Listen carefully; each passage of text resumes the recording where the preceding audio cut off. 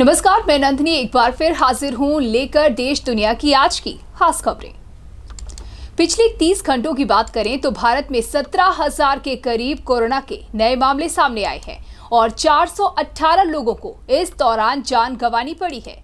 इसके साथ ही देश में कोरोना वायरस की महामारी के चलते जान गंवाने वालों की संख्या 14,894 पहुंच चुकी है। देखते हैं ये रिपोर्ट।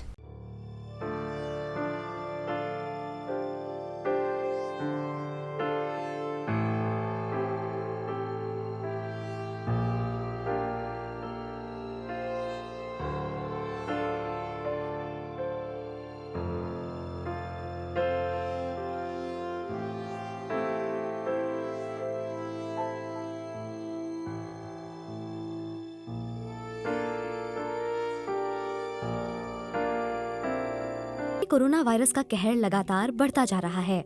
बीते 24 घंटों में भारत में करीब 17,000 नए मामले सामने आए हैं। वहीं 418 लोगों की मौत बीते 24 घंटों में हुई है। इसके साथ ही भारत में अब कोरोना के कुल संक्रमित मामलों की संख्या 4,73,000 से ज्यादा हो गई है। वहीं अभी तक 14,894 लोग इस वायरस के चलते अपनी जान गंवा चुके हैं। हालांकि भारत में इस वायरस से रिकवर होने वालों की संख्या भी अच्छी खासी है। बीते 24 घंटों में 13,012 लोग इस वायरस से ठीक हुए हैं। अभी तक कोरोना से 2,71,000 से ज्यादा लोग ठीक हो चुके हैं।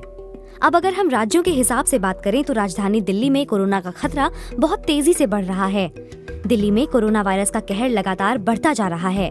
यहाँ बीते 24 घंटों में 3,788 नए मामले दर्ज हुए हैं, जिसके चलते कुल संक्रमितों की संख्या 70,390 हो गई है। इस तरह से अब दिल्ली में मुंबई से भी ज्यादा मामले हो चुके हैं। मुंबई में कुल मरीजों की संख्या 69,528 है। दिल्ली में बीते 24 घंटे में 64 लोगों की इस वायरस से मौत भी हुई है, जिसकी वजह से अब यहाँ मृतकों का आंकड़ा 2,365 हो गया है। एक तरह से देखा जाए तो भारत की राजधानी दिल्ली और देश की आर्थिक राजधानी मुंबई दोनों ही कोरोना की चपेट में हैं। राज्यों के हिसाब से अभी भी महाराष्ट्र में सबसे ज्यादा मामले हैं। वहां कुल संक्रमितों की संख्या 1,42,900 है। साथ ही महाराष्ट्र में 6,739 लोगों की मौत हो चुकी है। महाराष्ट्र के बाद दिल्ली का नंबर आता है और फिर तीसरे नंबर पर तमिलनाडु है, जहां 67,000 से अधिक मामले हो चुके हैं। अब पूरी दुनिया में कोरोना के मामलों पर नजर डालें तो जॉन हॉपकिंस यूनिवर्सिटी के मुताबिक पूरी दुनिया में कोरोना संक्रमितों की संख्या 1 करोड़ के आंकड़े को छूने के बेहद करीब पहुंच गई है। दुनिया भर में 94 लाख से ज्यादा लोग इस वायरस से संक्रमित हो चुके हैं। अमेरिका इस सूची में सबसे ऊपर है, जहां 23 लाख से अधिक लोग संक्रमित हैं। वहीं 1,21,000 से ज्यादा मौतें हो चुकी हैं। उसके बाद ब्राजील है, जहां 11 लाख से ज्यादा मामले हैं और 53,000 से अधिक लोग अपनी जान गंवा चुके हैं। फिर रूस का नंबर आता है, जहां 6 लाख से अधिक लोग कोरोना से संक्रमित हुए हैं। रूस में मरने वालों का आंकड़ा 8,000 से ऊपर है। भारत चौथे स्थान पर बना हुआ है। देश में इमरजेंसी काल को 45 वर्ष पूरे हो गए हैं और इतने सालों के बाद भी आपातकाल की उस घटना को लेकर चर्चा थमी नहीं है। जहां एक तरफ पीएम मोदी ने ट्वीट करके लिखा कि आज से ठीक 45 वर्ष पहले देश पर आपातकाल थोपा गया था। उस समय भारत के लोकतंत्र की रक्षा के लिए जिन लोगों ने संघर्ष किया, यातनाएं झेली, उन सबको मेरा शत शत नमन। उनका त्याग और बलिदान देश कभी नहीं भूल पाएगा। वहीं अमित शाह भी अपनी टिप्पणी से नहीं चूके। इमरजेंसी की उस रात तत्कालीन प्रधानमंत्री इंदिरा गांधी के निवास पर काफी हलचल रही। आइए देखते हैं क्या क्या हुआ उस रात। 25 जून 1975 की सुबह पश्चिम बंगाल के मुख्यमंत्री सिद्धार्थ शंकर राय की फोन की घंटी बजी।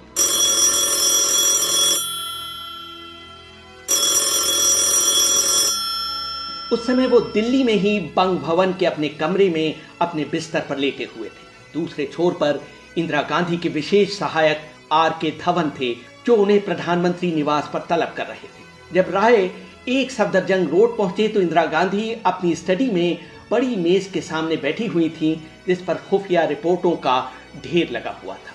अगले 2 घंटों तक वो देश की स्थिति पर बात करते रहे। इंदिरा का कहना था कि पूरे देश में अव्यवस्था फैल रही है।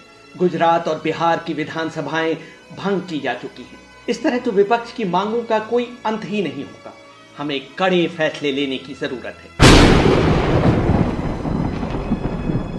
इंदिरा ने यह भी कहा कि वो अमेरिकी राष्ट्रपति रिचर्ड निक्सन की हेट लिस्ट में सबसे ऊपर है और उन्हें डर है कि कहीं उनकी सरकार का भी CIA की मदद से चिली के राष्ट्रपति साल्वाडोर अयेंदे की तरह तख्ता न पलट दिया जाए।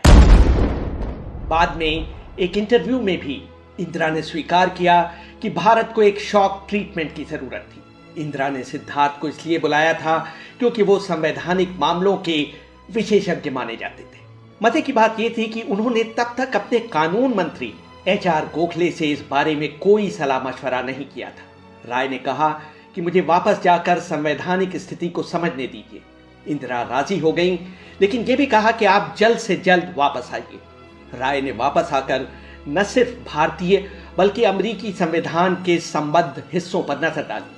वो दोपहर बाद 3:30 पर दोबारा एक सफदरजंग रोड पहुंचे और इंदिरा को बताया कि वो आंतरिक गड़बड़ियों से निपटने के लिए धारा 352 के तहत आपातकाल की घोषणा कर सकती है। इंदिरा ने राय से कहा कि वो आपातकाल लगाने से पहले मंत्रिमंडल के सामने इस मामले को नहीं लाना चाहती। इस पर राय ने उन्हें सलाह दी कि वो राष्ट्रपति से कह सकती हैं कि मंत्रिमंडल की बैठक बुलाने के लिए पर्याप्त समय नहीं था। इंदिरा ने सिद्धार्थ शंकर राय से कहा कि वो इस प्रस्ताव के साथ राष्ट्रपति के पास जाए। कैथरीन फ्रैंक अपनी किताब इंदिरा में लिखती हैं कि इसका राय ने यह कहकर विरोध किया कि वो पश्चिम बंगाल के मुख्यमंत्री हैं, प्रधानमंत्री नहीं। हाँ, उन्होंने ये पेशकश जरूर कर दी कि वो उनके साथ राष्ट्रपति भवन चल सकते हैं। ये दोनों शाम 5:30 बजे वहां पहुंचे। सारी बात फखरुद्दीन अली अहमद को समझाई गई। उन्होंने इंदिरा से कहा कि आप इमरजेंसी के कागज भिजवाइए। जब राय और इंदिरा वापस एक सफदरजंग रोड पहुंचे तब तक अंधेरा घिराया था। राय ने इंदिरा के सचिव PN धर को ब्रीफ किया। धर ने अपने टाइपिस्ट को बुलाकर आपातकाल की घोषणा के प्रस्ताव को डिक्टेट कराया। सारे कागजों के साथ RK धवन राष्ट्रपति भवन पहुंचे। इंदिरा ने निर्देश दिए कि मंत्रिमंडल के सभी सदस्यों को अगली सुबह 5 बजे फोन कर बताया जाए कि सुबह 6 बजे कैबिनेट की बैठक बुलाई गई। जब तक आधी रात होने को आ चुकी थी, लेकिन सिद्धार्थ शंकर राय अभी भी एक सफदरजंग रोड पर मौजूद थे। वो इंदिरा के साथ उस भाषण को अंतिम रूप दे रहे थे जिसे इंदिरा अगले दिन मंत्रिमंडल की बैठक के बाद रेडियो पर देश के लिए देने वाली थी। बीच बीच में संजय उस कमरे में आ जा रहे थे। 1-2 बार उन्होंने 10-15 मिनटों के लिए इंदिरा गांधी को कमरे से बाहर भी बुलाया। उधर RK धवन के कमरे में संजय गांधी और ओम मेहता उन लोगों की लिस्ट बना रहे थे जिन्हें गिरफ्तार किया जाना था। उस लिस्ट के अनुमोदन के लिए इंदिरा को बार बार कमरे से बाहर बुलाया जा रहा था। ये तीनों लोग इस बात की भी योजना बना रहे थे कि अगले दिन कैसे समाचार पत्रों की बिजली काटकर सेंसरशिप लागू की जाएगी। जब तक इंदिरा ने अपने भाषण को अंतिम रूप दिया, सुबह के 3 बज चुके थे। राय ने इंदिरा से विदा ली, लेकिन गेट तक पहुंचते पहुंचते वो ओम मेहता से टकरा गए। उन्होंने उन्हें बताया कि अगले दिन अखबार की बिजली काटने और अदालतों को बंद रखने की योजना बना ली गई है। राय ने तुरंत इसका विरोध किया और कहा यह बेतुका फैसला है, हमने इसके बारे में तो बात नहीं की थी, आप इसे इस तरह से लागू नहीं कर सकते। राय वापस मुड़े और धवन के पास जाकर बोले कि वो इंदिरा से फिर मिलना चाहते हैं। धवन ने कहा कि वो सोने जा चुकी है। राय ने जोर दिया, मेरा उनसे मिलना जरूरी है। बहुत झिझकते हुए धवन इंदिरा गांधी के पास गए और उन्हें लेकर बाहर आए। राय ने कैथरीन फ्रैंक को बताया कि जब उन्होंने इंदिरा को बिजली काटने वाली बात बताई तो उनके होश उड़ गए। उन्होंने राय से इंतजार करने के लिए कहा और कमरे से बाहर चली गई। इस बीच धवन के दफ्तर से संजय ने बंसीलाल को फोन किया कि राय बिजली काटने की योजना का विरोध कर रहे हैं। बंसीलाल ने जवाब दिया, राय को निकाल बाहर करिए, वो खेल बिगाड़ रहे हैं। वो अपने आप को बहुत बड़ा वकील समझते हैं, लेकिन उन्हें कुछ आता जाता नहीं। जब राय इंदिरा का इंतजार कर रहे थे तो ओम मेहता ने उन्हें बताया कि इंदिरा सेंसरशिप तो चाहती हैं, लेकिन अखबारों की बिजली काटने और अदालतें बंद करने का आइडिया संजय का है। जब इंदिरा वापस लौटी तो उनकी आंखें लाल थी। उन्होंने राय से कहा, सिद्धार्थ, बिजली रहेगी और अदालतें भी खुलेंगी। राय इस खुशफहमी में वापस लौटे कि सब कुछ ठीक हो गया है। जब 26 जून को तड़के इंदिरा सोने गईं तो गिरफ्तारियां शुरू हो चुकी थी। सबसे पहले जयप्रकाश नारायण और मोरारजी देसाई को हिरासत में लिया गया। इंदिरा गांधी ने सिर्फ 3 लोगों की गिरफ्तारी की अनुमति नहीं दी थी। वो थे तमिलनाडु के नेता कामराज, बिहार के समाजवादी नेता और जयप्रकाश नारायण के साथी गंगा शरण सिन्हा और पुणे के एक और समाजवादी नेता SM जोशी। दिल्ली के बहादुर शाह जफर मार्ग पर जब अखबार प्रिंट के लिए जा रहे थे तभी उनकी बिजली काट दी गई। अगले दिन सिर्फ हिंदुस्तान टाइम्स और स्टेट्समैन ही छप पाए क्योंकि उनके प्रिंटिंग प्रेस बहादुर शाह जफर मार्ग पर नहीं थे।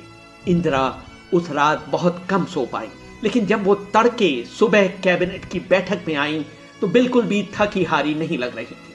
उस बैठक में 8 कैबिनेट मंत्रियों और 5 राज्य मंत्रियों ने हिस्सा लिया। 9 मंत्री दिल्ली से बाहर थे।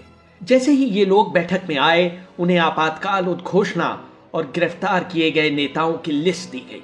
इंदिरा ने बताया कि आपातकाल लगाने की जरूरत क्यों हुई। सिर्फ एक मंत्री ने सवाल पूछा और वो थे रक्षा मंत्री स्वर्ण सिंह। उनका सवाल था, किस कानून के तहत गिरफ्तारियां हुई हैं? इंदिरा ने उनको संक्षिप्त जवाब दिया, जिसे वहां मौजूद बाकी लोग नहीं सुन पाए। कोई मतदान नहीं हुआ, कोई मंत्रणा नहीं हुई।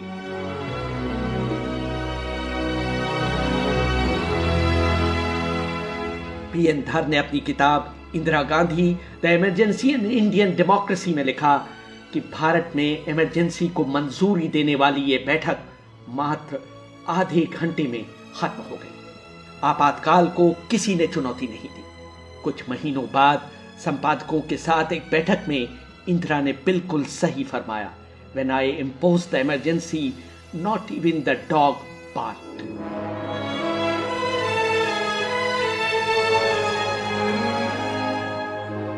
बाबा रामदेव एक बार फिर खबरों में सुर्खियां बटोर रहे हैं। इस बार की सुर्खियों से वो कभी खुश होते हैं तो कभी गम में चले जाते हैं।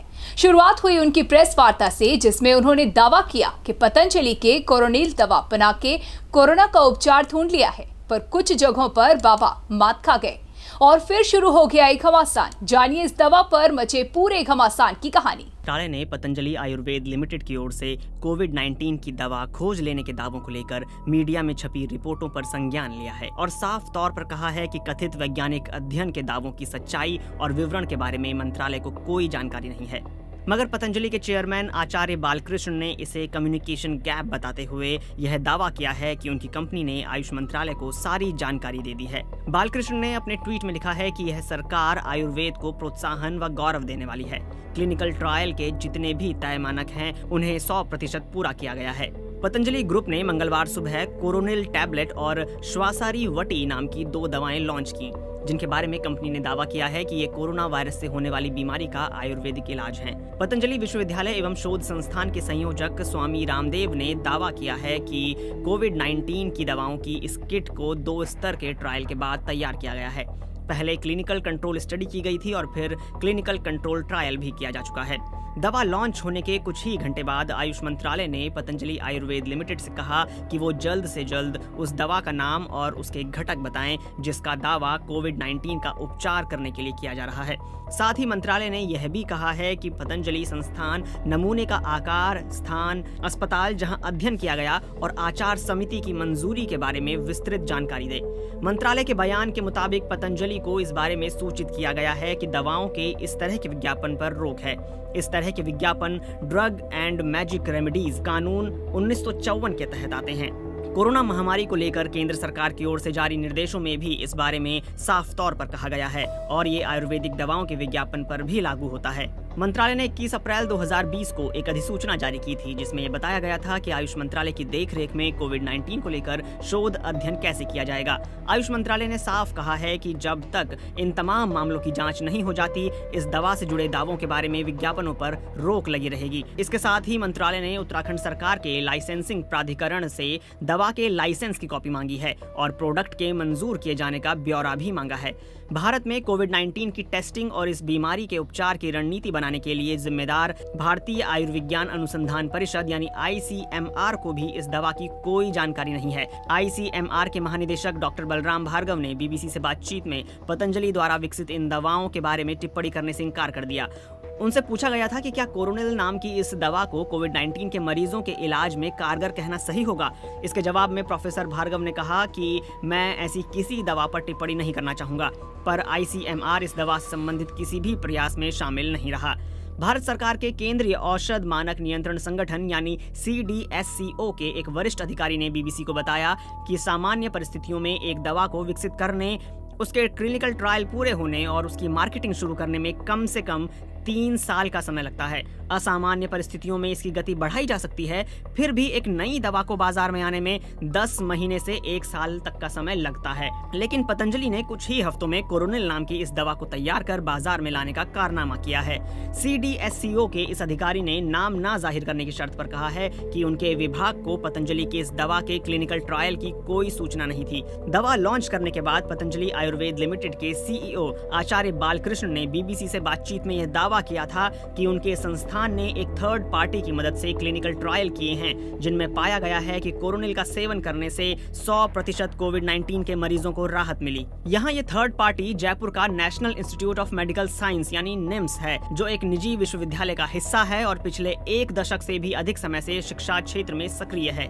जयपुर में मौजूद वरिष्ठ पत्रकार नारायण बारेठ के अनुसार यह एक स्ववित्त पोषित संस्थान है और यहाँ विद्यार्थी न केवल चिकित्सा विज्ञान बल्कि इंजीनियरिंग, दंत विज्ञान, प्रबंधन और तकनीकी विषयों में भी पढ़ाई के लिए दाखिला लेते हैं। जयपुर के बाहरी क्षेत्र में जयपुर दिल्ली राजमार्ग पर निम्स का बड़ा कैंपस है और विश्वविद्यालय के अनुसार निम्स को सरकार से मान्यता प्राप्त है। दवा लॉन्च के समय निम्स के chancellor doctor BS Tomar Swami Ramdev के बगल में ही बैठे थे। पतंजलि आयुर्वेद लिमिटेड का कहना है कि डॉक्टर BS तोमर के निर्देशन में ही इस दवा के शोध का काम पूरा हुआ है। निम्स विश्वविद्यालय के मीडिया प्रभारी विनोद सोनी ने BBC से बातचीत में कहा कि पतंजलि विश्वविद्यालय एवं शोध संस्थान और निम्स विश्वविद्यालय के बीच बीते 2 सालों से करार है। इसके तहत शोध कार्य होते रहते हैं। जयपुर में कोविड-19 के जो मरीज सामने आए हैं, उनमें से कुछ को प्रशासन के कहने पर निम्स में भर्ती किया गया था। उनमें से करीब 100 मरीजों पर हमने ट्रायल किया, जो करीब 21 दिन चला। हम उन्हें आयुर्वेदिक दवाएं देते थे। अधिकांश लोग ठीक हुए। हम मानते हैं कि यह हमारी दवाओं का असर है।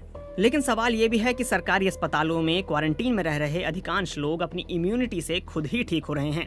इस पर विनोद सोनी ने कहा कि हमारा मत है कि ये लोग आयुर्वेदिक औषधियों से ठीक हुए हैं और यही हमारे दावे का आधार है।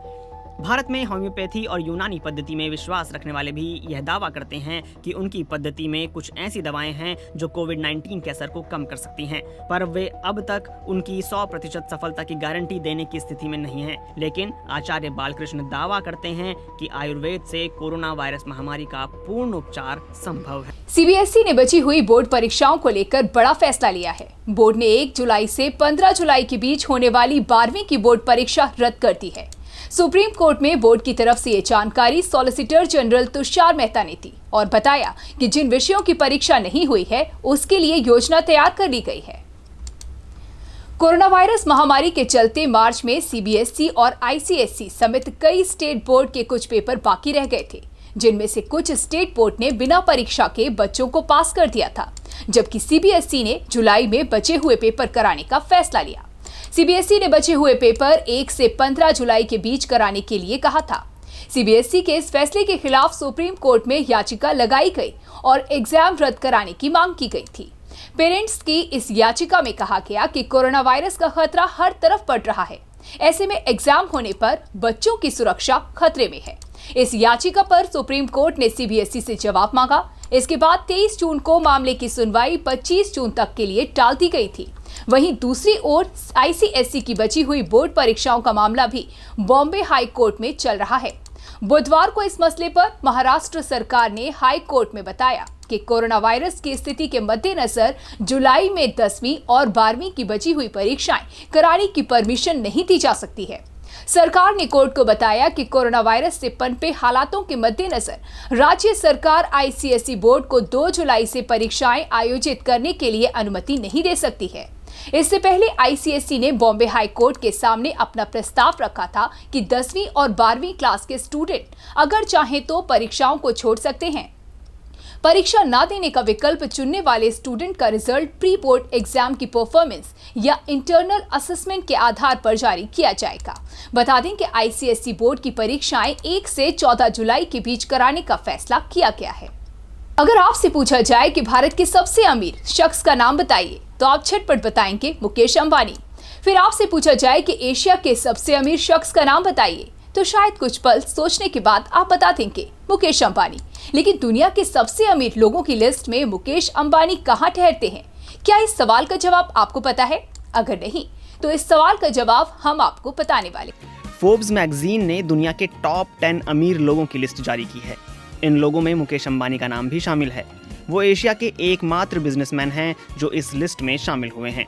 एक तरफ जहां कोरोना वायरस और लॉकडाउन के चलते दुनिया भर में बिजनेस नीचे की ओर जा रहे हैं, वहीं इस दौरान मुकेश अंबानी की संपत्ति में इजाफा हुआ है। बीते 2 महीने के भीतर ही मुकेश अंबानी की रिलायंस इंडस्ट्रीज ने 2200 करोड़ डॉलर से ज्यादा पैसा कमाया। इस कमाई के साथ ही मुकेश अंबानी अब दुनिया के टॉप 10 अमीर लोगों की सूची में शामिल हो गए हैं। फोर्ब्स की इस लिस्ट में वो 10वें पायदान पर हैं। मुकेश अंबानी की कुल संपत्ति 6400 करोड़ डॉलर से ज्यादा आंकी गई है। मार्च के महीने में जब फोर्ब्स ने इसी तरह की एक लिस्ट जारी की थी, तब मुकेश अंबानी की संपत्ति 3700 करोड़ डॉलर आंकी गई थी और उन्हें 21वें पायदान पर रखा गया था। लेकिन बीते 2 महीनों में लॉकडाउन के दौरान मुकेश अंबानी ने कई तरह के बिजनेस करार किए। उनकी कंपनी ने कुछ दिन पहले ही पूरी तरह कर्ज मुक्त होने की घोषणा की।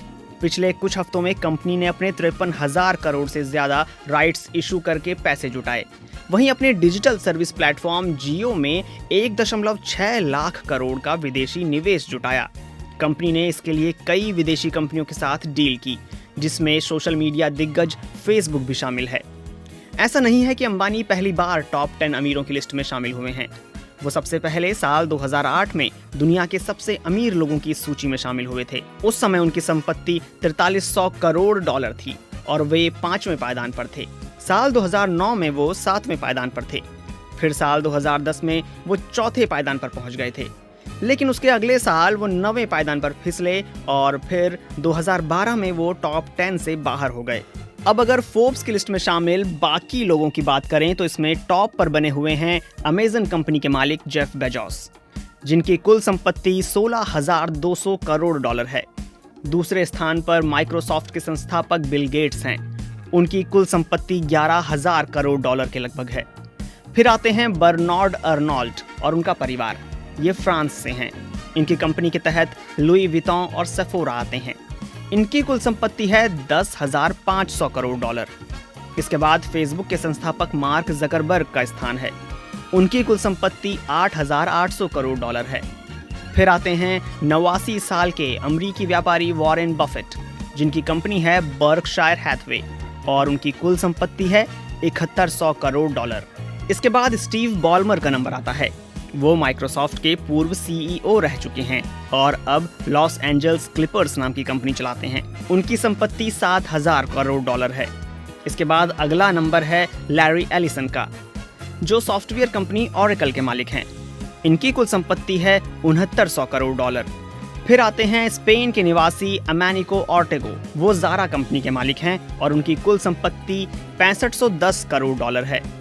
और इसके बाद आते हैं गूगल के संस्थापक लैरी पेज, जिनकी कुल संपत्ति 6500 करोड़ डॉलर है। ये थी आज की कुछ अहम और चर्चित खबरें। अगली कड़ी में फिर मिलते हैं। तब तक के लिए रखिए अपना ध्यान और खबरों के सिलसिले को जारी रखने के लिए देखते रहिए JMD न्यूज या फिर लॉग इन करें हमारी वेबसाइट www.jmdtvindia.com को। नमस्कार।